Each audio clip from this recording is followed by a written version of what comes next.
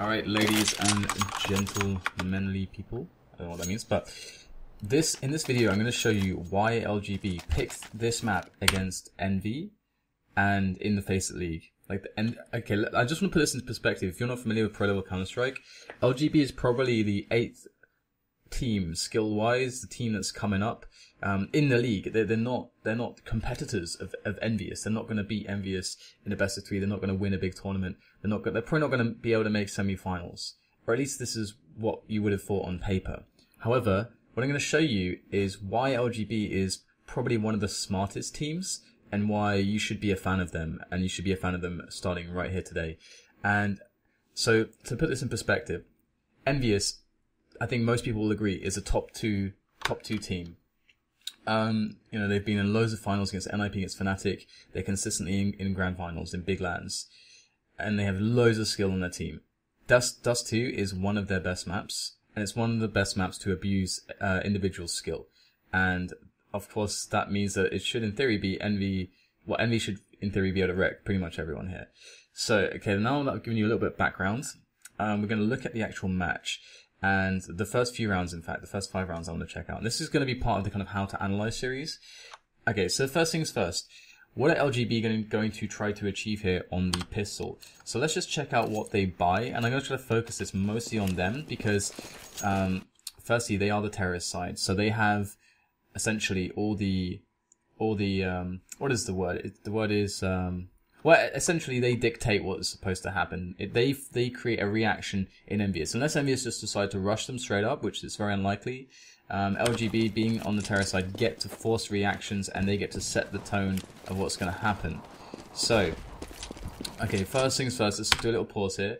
What we're going to do is we're going to check out the buy, and we're going to check out exactly what's happening on the map so far, and where all the players are going. So, at the moment, we can see, we can see the map, and we can see, alright, so Rain has gone straight towards the upper dark area. And what does Rain have? He's got a decoy, and he's got a Kevlar. So this is really interesting. You send the one guy with a decoy and Kevlar, and by the way, something that I learned in media studies about film and anything in media, okay, is that with stuff that's produced professionally, you must assume that every single thing has been done for a reason. Every single thing, and it really changes how you experience media, but which is great because it's, you know, becomes this analytical playground, which is just so amazing. Anyway, Rain has the decoy. If you see, the bulk of this team is towards the A side of the map, so this would kind of make us think, hey, you know what? Right now, it looks like LGB actually want to try to make it seem like there's more players towards this side of the map, threatening the kind of B and the split from mid and in from upper dark, than the attack onto A. So let's just have a look quickly at what everyone else is doing. So we've got Zeves, who's sitting here with 2 flashes. So at the moment he's not doing all that much other than spotting down middle. He has to make sure that no CTs actually rush past this smoke, because that could definitely happen. He also needs to make sure no one rushes past this area. So he generally just needs to keep an eye out on this area so that Rain knows what's happening and that his teammates here can have some warning before something really gets them. Okay. So the next thing to think about is going to be what is going on with Poly, JChem, and Rubino. So Poly and JChem, they're just making sure that if there is a rush up here, if somehow Zevis didn't spot it or for whatever reason, they're able to basically kill any CTs in this area who are pushing them. Because this is quite common. A lot of teams do actually push like a couple guys up here on the pistol round, and it's not wrong to do that because you get very quick response, very quick info. It's a nice little play, and with pistol players like Envy, you can't put it past them. A little bit of aggression at the start of the round. Okay, so Jacob's also able to provide support to Rubino, who is, of course, peeking in towards long. Now, this is important for a variety of reasons. If we could quickly check his position here, he's going to see just one guy so far, and he essentially needs to work out what's going on here. Rubino is just essentially scouting out a little bit. He's the only guy that's actually going to see something of his team at the moment. The rest of the posture is, for now, in the early stages, very defensive. And you can see, look at that. Rubino didn't even want to kill him. Okay, he would want to kill him if he could get a free kill, obviously. But he's not wanting to take a fight here. He just, the way that he took this engagement suggests that he's just looking for information. And so he backs away straight up. And you know what that tells us? That tells us that if he's just playing to just see what's going on, then obviously LGB has something more. They have a plan here. They're not needing to invest in these early one-on-ones. Instead, what they'd like to do is keep their numbers alive to make sure that they can execute their plan. All they have to do is eliminate all the dangerous options at the early stages of the round, as we talked about, the pushes that can possibly happen from pretty much all over the map. And so far they've got, ways to hold this area. They've got ways to spot this area, or rather, sorry, let's do it like this. This area, they can spot this area, and they can keep this under control as well. So at the moment, they are holding all the right areas, and they know what's going on early on in the round. Okay, so now we're going to play on a little bit, and we're going to see how LGB actually try to actually respond now that the early kind of danger phase of potential rushes has gone past. So we see the decoy has been put here.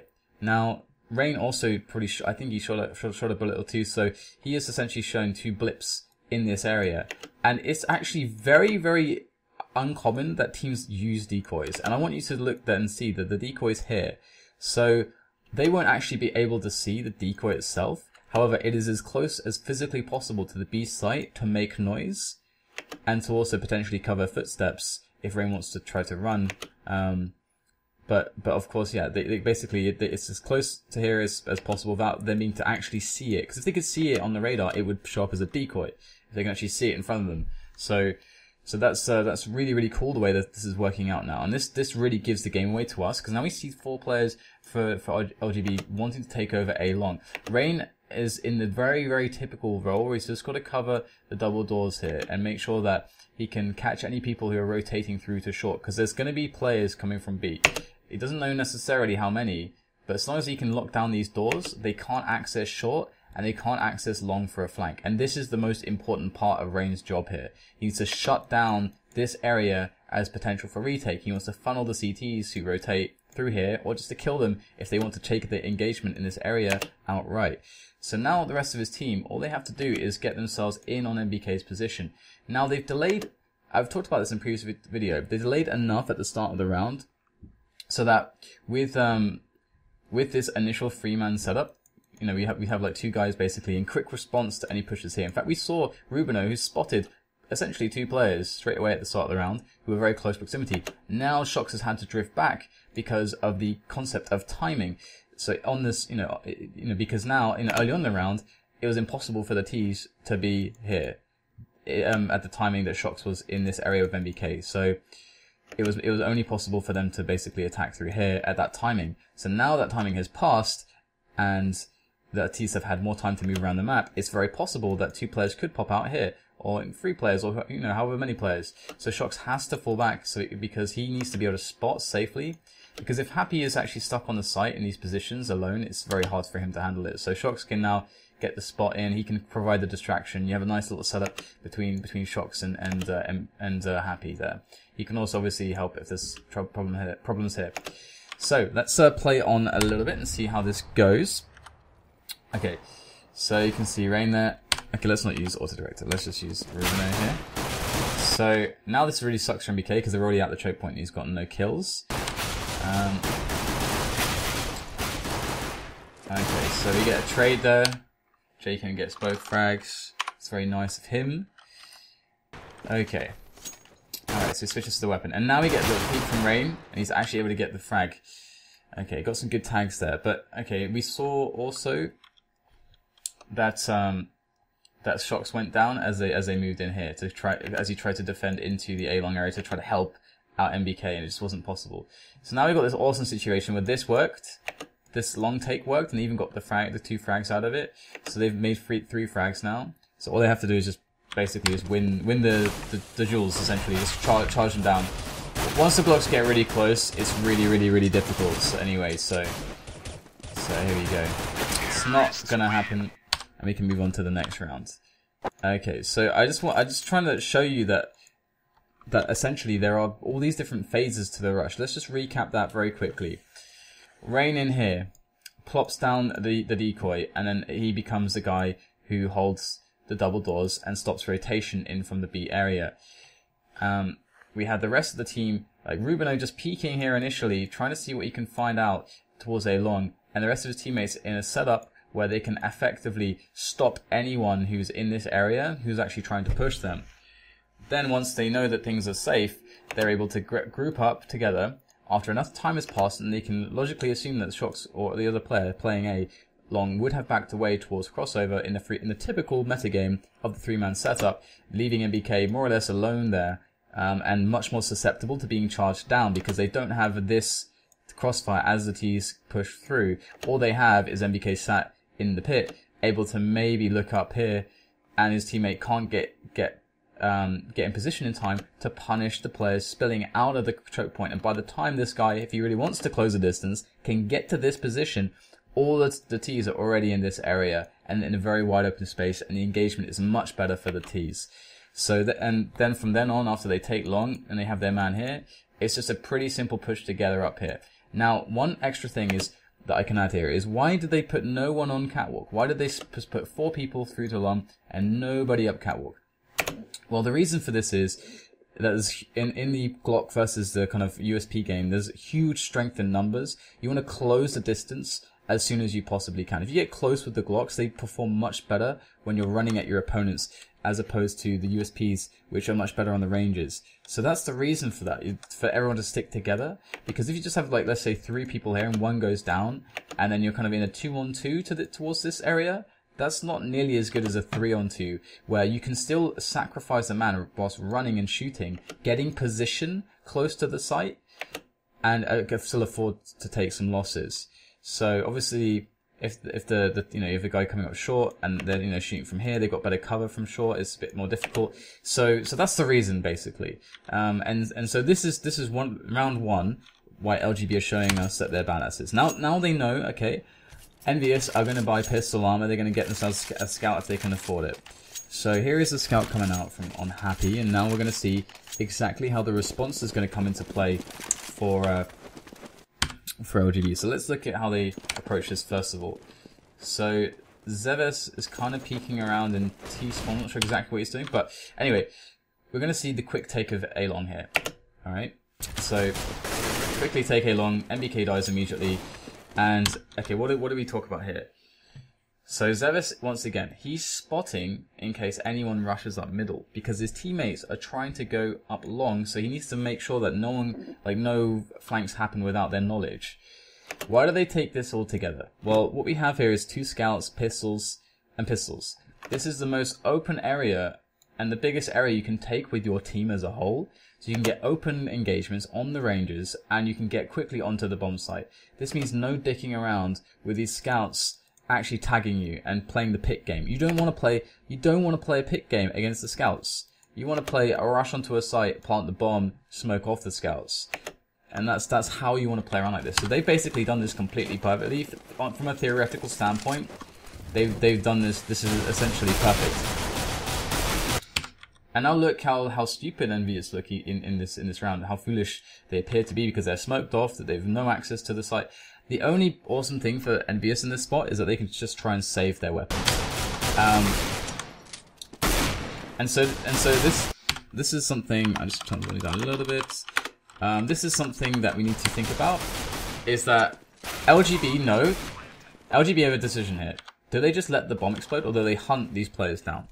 Now, 2 scouts are alive and 2 pistols. That's actually kind of significant, because that's going to go into the next round. However, if they do risk assessment here, in trying to charge down these remaining players, well, they could very well, it's very likely that they could lose up to 3 people, because you're playing against really good players, against strong weapons, and you're pushing into them. So I like the decision from them to actually stay back, because they know that they'll have this in the next round. But if they just run the same strategy, even if there's a stack in this area, it's still going to be hard for EnvyUs to actually take the round.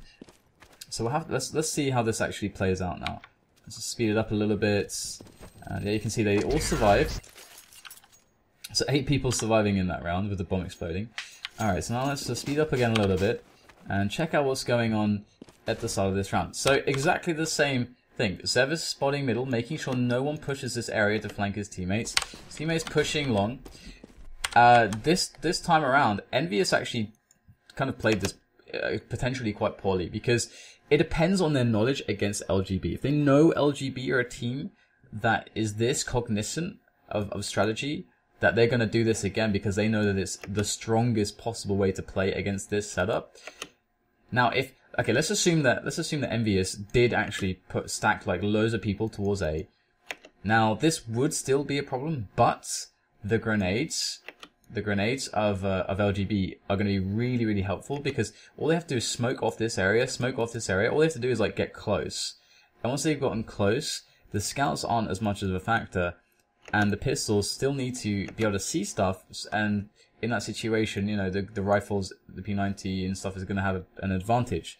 So far, you know, essentially this is always going to be the best choice here for LGBs.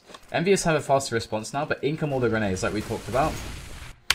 Now, I think, if I remember correctly, one of these rounds goes really badly for LGB. Okay, it's not this one. So you can see them just taking the site and how easy it looks. There's literally almost nothing that EnvyUs can do about this. Let's just speed it up here. We get a quick kill on the exit.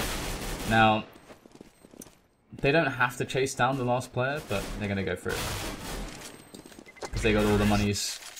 Okay, so now that's happened, they know the buy's going to come in. And they know that there's very likely to be an AWP. So let's look at their strategy in this round now.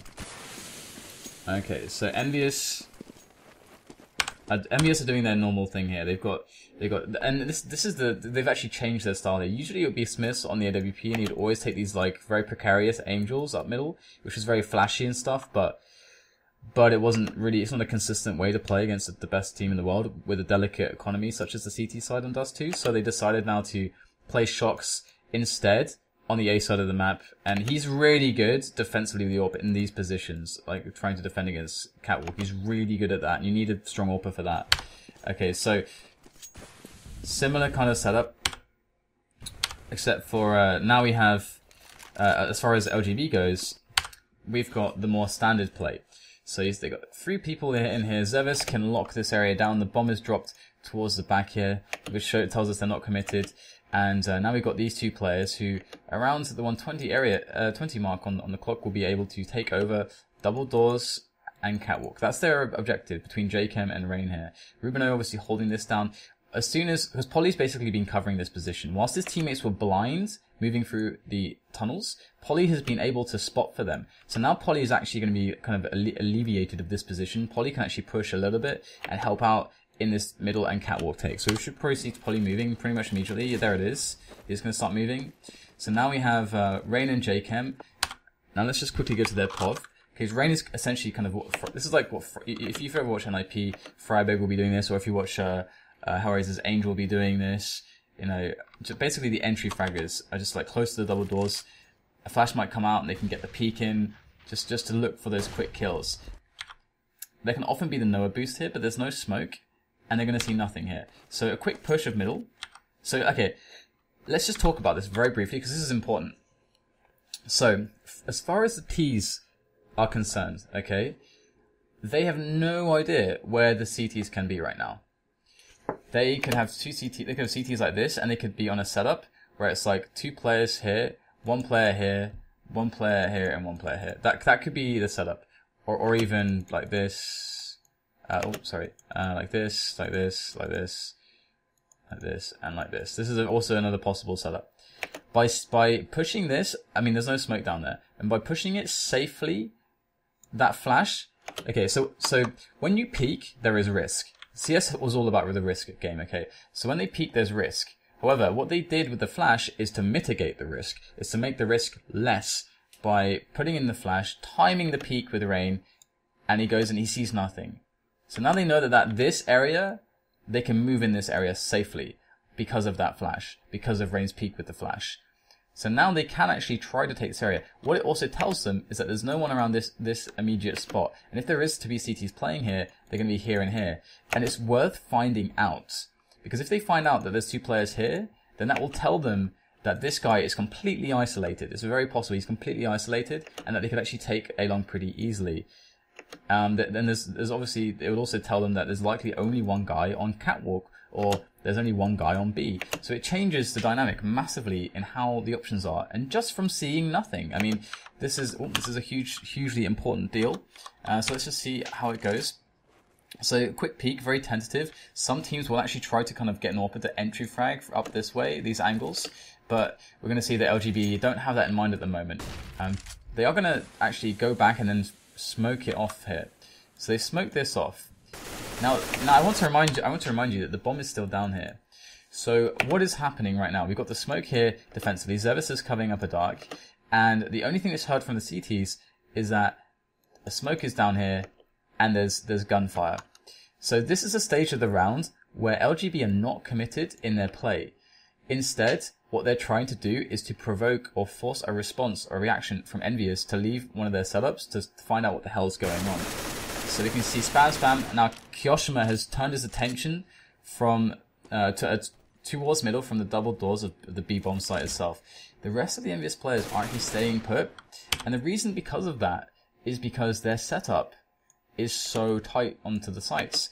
They don't want to leave these positions, because if, let's say, they just split onto B with 5 players versus 2, well, actually Smiths and Kyoshima, they'll probably be able to take down like 2 or 3 players pretty much every time, because their setup's just pretty strong on the site. So after not being able to bait anybody out, you're going to see that they are going to move forwards here. Again, with re-smoking CT spawn. And let's look at the timer now. It's starting to get pretty low. So now this is actually creating a situation where EnvyUs are realizing, okay, they're going to start to get committed soon. The bomb has been picked up by Zervis. The re-smoke came in. This tells EnvyUs that something's going on right now. They've re-smoked CT spawn. That probably means that they're going to be moving through for real this time. And they spam Happy's position. It's really smart because it's... Of course, oh my goodness, it's so close. Because of course it's very standard counterplay to get someone jumping on here to kind of look over the smoke. They got Happy down quite low, but of course he did get the kill, so that's kind of sucks for them. But they're trying to execute the B split. Rubino is trying to make sure that, because this is the most dangerous thing to a B split, is if there's players on short, because they can get behind the push so quickly. So Rubino's basically, his entire job is just to make sure that their flank is covered right now. So. Okay, so Rain's able to, with the process of elimination, whether he can see that player or not, he understands that this is the most likely position that someone is going to be shooting from. Because there's no tracer, obviously. And now the split can actually get going. And they move in here. And we're missing all the action loops. They move in with the good timing on the pinch. And they take the bomb site. Bomb down, round 1. So again, let's just recap the structure of the round. So the structure of the round was guy here, sending 2 dudes down to this area, and we had the guy spotting Polly, I think it was, he was usually there AWPing for them. And once these guys reached the middle position, Polly's able to like come back down and help them. So then once they had like once they had 3 players here, I think when Polly got to this position, he actually flashed in. So you can see how the timing works too, because Polly is able to basically land a really nice pop flash for, I believe it was JChem, to actually make a peek into middle. They saw nothing here. So they still, in an effort to discover what's happening, smoked this off and tried to spam some of the positions of players who could be like hiding around here basically. After nothing happened, after that full smoke, we had around 35 seconds left where the position of middle was in control for the T's. They had Longhouse and they had upper dark. At this point, they collect the bomb and they set themselves up for a B split. Now, why do they decide to do the B split? Well, they already have players in this position. They already know this area is clear, and after re-smoking this, they can get a better angle into the pinch basically. So the only danger for them was getting killed from short, because they haven't seen all the CTs, so they don't know exactly where they could possibly be. They could have been 2 guys here for all they knew. So then they sent Rubino to this position here. And this allowed them to be safe against the most dangerous possible option, allowing 2 players to split from this position and from this position, with the nice grenades that they had in mind. So that was the round. You can see how structured it is. It's completely structured from start to finish, and every single action is completely for a reason from LGB. And you can see how important it is for them to keep all their players alive as well, because they need to do that so that everyone can effectively do the right job in the right moment. So let's just jump into the next round. I think we're going to go to round 5. I think the last video was like 30 minutes, so we might just reach that. So round 5. Okay. Actually, sorry, we kind of went a little bit too fast there. Let's just skip back a little bit. So this is round 5 now. let's look at how this is going. So we've got Shox who managed to save a weapon last round. He saved the AWP. Now LGB are aware of this. They're also aware of EnvyUs' reputation, and they know that at least that they can expect pistols here. So quick smoke into middle from Zealous. And what is this we're seeing? It's basically an almost identical setup to their anti-eco. However, this time around, they are just going to hit it really hard and fast because they want to get in position on these open areas, which are the best for them, immediately. They don't want to mess around because they know that they should be able to get these spots pretty safely. And they have all the flashes over as well. They're blinding themselves to make sure that 100% they're going to get in there. So this is a nice play from LGB because once again, they're not taking gambles here. They're not taking gambles here or here. If there's players close, if there's players rushing, or if there's a boost rushing players down here, they're just ignoring all of these possible potentials to get screwed over. And they're keeping the game simple. All they're playing with is this one singular open space. They are eliminating all possible other annoyances. What can possibly go wrong here? There's can be a guy here, and a guy on site. Well, they can shut this down with smokes. There's a guy here, well, there's nothing he can do because there's going to be loads of players on this angle. The guy's screwed. He should get no more than one frag there. Unless he has a really sick pop flash or something like that goes nuts for his lucky more than one kill. So, in theory, this is the safest possible way to play this round. Now, something we must remember also is that there is an AWPer. Now, if they attack this position very quickly, when everyone is spread out, their chances to take down Shox, if he is actually on A, or in this area, is much higher. And if he is on A, then that's actually kind of good for them because they can smoke things off so quickly and easily that Shox shouldn't really be able to get any shots off. However, we're going to see things go a little bit poorly here for LGB because, well, I mean, I think I remember this round. I remember being really painful to watch. Somehow, MBK, they just can't kill MBK basically. He's just in these crates, they can't kill him. And he takes down 3 players. So essentially, this is the most dangerous part of this push. Let's actually, because this is the end of the video more or less. Let's just go back to that that position that MBK's in. Here you are. Let's just go. MBK, there we go. Alrighty then. Okay, so here we go. We've got the push coming in. They're gonna be barreling up towards that A bomb site. Now, MBK is the only player, he's the only player in position. Look at the rest of his team. No one is in position here. Happy, okay, he's going to get flanked. Good luck, Happy, flanking this. Good job. You're going to probably get eliminated pretty easily. MBK, however, he's actually on the site here. They have to jump over this like really annoying position. Can I get a better angle? Maybe if I go really, really slow here. Oh, bollocks. I think I just minimized the game somehow. Don't know how that happened, but whatever. Anyway, okay. So this position here is the hardest area for the T's because they've got to jump over the slope into the site. So it is the best possible engagement for MBK because it's close range. He's got cover. Only his head is showing. Their entire bodies are showing. The angles for them are awkward. They're all trying to get onto the site. This is the most awkward spot here. So all they have to, as soon as they get to where MBK is, the round is essentially won. So the fact that MBK gets all these kills and that they can't actually kill him is obviously very, very sad for them. It's quite funny watching this in slow motion actually. I do enjoy that, but yeah. So you can see they just cannot kill MBK, and he's delayed them so much time that the smokes are starting to go away, and because there's frags happening here, and MBK is causing so much of a ruckus. Sorry, players can push in. Happy can actually manages to execute his flanking kill. So it's just too annoying basically. But there you go. I just wanted to show this match because I felt like LGB have displayed on their T. LGB are the only team that I know of which has a stronger T side on almost all maps than their CT sides. They're the only team like that, and there's a reason for it. You can see how well thought out their game is, and I hope that you guys got something out of this, because when I watch these games and I see a team that puts so much effort and thought into every single thing, it really, really makes me feel really good, because it feels like I'm watching great Counter-Strike, and that is always very, very pleasant.